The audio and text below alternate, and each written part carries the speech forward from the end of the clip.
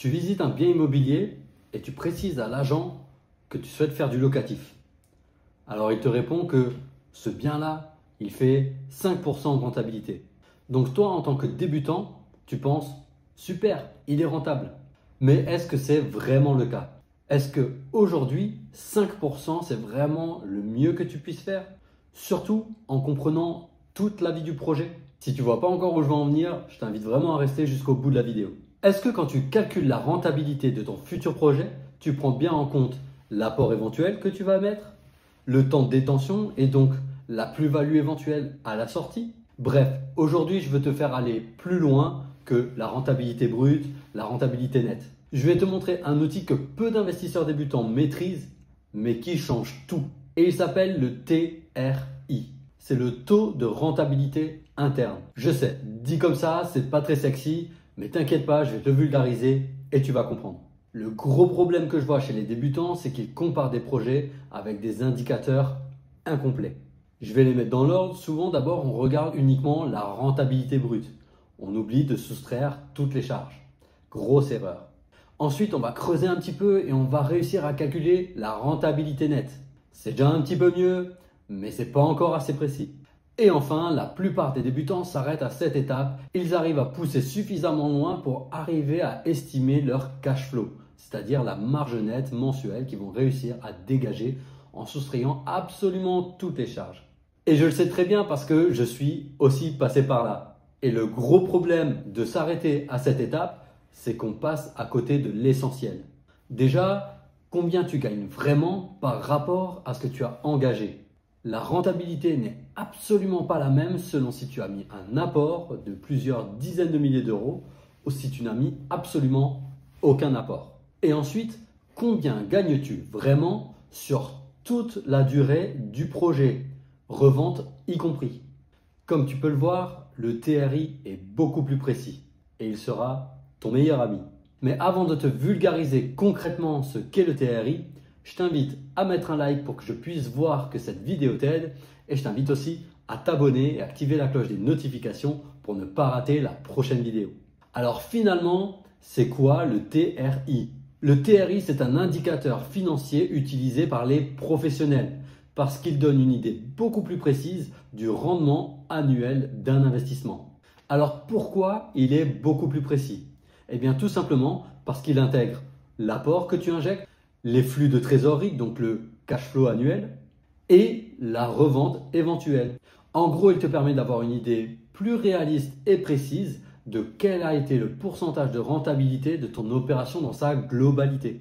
Et ça, c'est hyper important. Et je vais te donner un exemple perso avec un de mes appartements juste après. Mais d'abord, je vais te donner les 4 étapes pour comprendre et utiliser le TRI. La première étape, c'est de lister tous les flux. Et en tout premier, le flux sortant. Et en tout premier, il y a ton apport. Et c'est là que tu peux comprendre que ne pas mettre d'apport est vraiment un outil ultra puissant. Parce que sans rien sortir de ta poche, tu as réussi à créer un nouveau revenu passif et du patrimoine. Ensuite, il y a les frais de notaire. Mais ça aussi, tu peux le faire passer sur le financement. Mais ça demande de respecter certains critères bien précis. Tout d'abord, la qualité de ton projet. Ensuite, la qualité de ton profil aussi. Et enfin, ça demande des connaissances bien spécifiques dans la rédaction du compromis. Le troisième point, c'est les travaux. Mais je te rassure, eux aussi, ils sont finançables par la banque. En effet, la banque sait bien que dans la majorité des cas, le coût des travaux est largement compensé par la valeur apportée au bien grâce à ces travaux. Et enfin, le mobilier. Et là encore, je vais te surprendre, mais on peut aussi faire passer le mobilier sur le financement. Et encore une fois, pour pouvoir y parvenir, il faut respecter un certain nombre de bonnes pratiques. Mais pour que tu aies quand même déjà cette notion, je vais te le résumer succinctement. En premier lieu, il faut que tu demandes des devis en estimation haute. Déjà, ça va t'aider à mieux négocier en passant, mais surtout, ça va te permettre d'avoir une enveloppe travaux plus large que celle que tu auras finalement.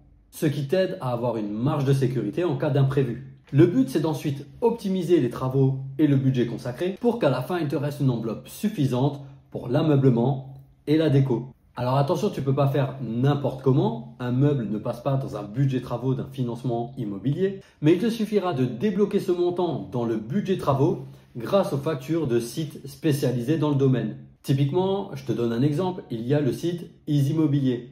Alors, j'ai pas de part chez eux, mais je suis passé par eux et j'ai été satisfait. Donc, je leur fais un peu de pub gratuitement avec plaisir. Le deuxième point de cette étape 1, c'est de lister le flux à l'entrée. Et en premier, on a le fameux cash flow ou la marge nette. C'est le bénéfice qu'il te reste après avoir absolument tout déduit. Le prêt, la taxe foncière, la CFE, le comptable, les impôts si tu en payes, etc. Et le deuxième point, pense bien à la revente. Quel sera le bénéfice net après impôt lorsque tu revendras? En résumé, pense vraiment à tout ce qui sort et à tout ce qui rentre sur toute la durée du projet. L'étape numéro 2, c'est de vraiment comprendre la logique de cet indicateur. Au final, le TRI compare tout ça en une seule donnée. Il va te dire avec précision à combien ton argent a travaillé en moyenne chaque année. Si ton opération s'est déroulée sur 10 ans et que ton TRI est de 12%, ça veut dire que ton investissement t'a rapporté en moyenne 12% par an sur 10 ans. Et comme promis, je vais te donner un exemple perso sur l'un de nos appartements pour que tu comprennes vraiment l'importance de cet indicateur et l'énorme différence qu'il y a de calculer avec lui ou sans lui. Sans prendre en compte la revente, notre premier appartement locatif nous rapporte 25% de rendement. Alors j'en profite pour le préciser, on loue en location courte durée. C'est pour ça qu'on a un aussi bon rendement.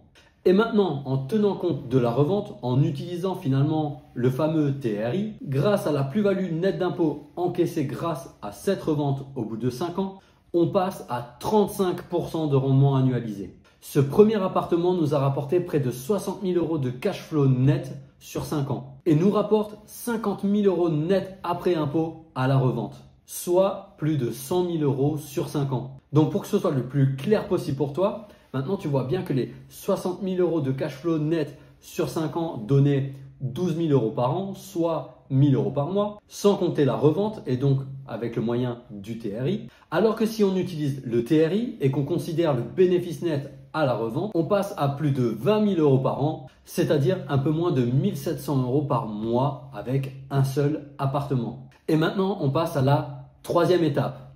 Utilise le TRI pour comparer. Grâce à cet outil, tu peux maintenant comparer deux projets complètement différents. Le projet A, c'est un investissement locatif qui va te rapporter 200 euros par mois et uniquement 20 000 euros de bénéfice net à la revente dans 10 ans. Ta deuxième option, donc le projet B, c'est de faire un achat rénovation-revente en résidence principale. Donc oui, tu vas générer 0 euros par mois, mais ce projet peut te rapporter une grosse plus-value de 90 000 euros en moins d'un an. Alors le TRI ne te permettra pas de savoir lequel te correspond le plus en fonction du temps à consacrer, de ton profil, etc. Par contre, il va te dire vraiment lequel te rapporte le plus.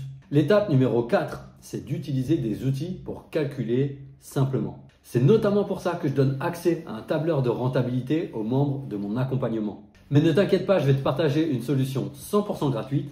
C'est une calculatrice de rentabilité gratuite en ligne. Tu peux notamment aller sur rendementlocatif.com. Encore une fois, je ne suis pas partenaire, je n'ai pas d'action chez eux, mais ils m'ont été tellement utiles à un moment donné dans ma vie que je suis ravi de le partager gratuitement. En tout cas, c'est important pour moi que tu commences par vraiment comprendre cette logique avant de commencer à vouloir calculer au centime près. J'espère t'avoir démontré que le TRI n'est pas un outil de geek ou de doctorant en finance, mais c'est plutôt un outil de stratège accessible aux débutants. Donc tu peux l'utiliser si tu penses long terme, si tu veux optimiser ou encore si tu veux comparer différents projets sans te laisser aveugler par la mode ou l'effet waouh. Mais surtout, tu vas maintenant pouvoir choisir avec ton propre discernement. Maintenant, si tu veux en apprendre encore plus sur l'investissement immobilier, je t'invite à regarder ma vidéo qui s'appelle Le guide de l'investissement, formation pour débutants, la stratégie pour réussir. Ou bien tu peux aussi aller dans la description pour télécharger ma vidéo bonus. Et dans cette vidéo bonus de 15 minutes, tu vas comprendre comment je suis passé de salarié déprimé de ne pas voir grandir ses enfants et de voyager plus souvent à investisseur immobilier qui a généré l'équivalent d'un salaire en moins de 2 ans. Et surtout, les 5 clés de ma méthode qui vont te permettre d'y parvenir toi aussi, tout ça en fonction de tes critères à toi. Et avant de passer à la prochaine vidéo, n'oublie pas de mettre un like pour que je puisse voir que cette vidéo t'a aidé. N'oublie pas non plus de t'abonner, activer la cloche des notifications pour ne pas rater la prochaine vidéo.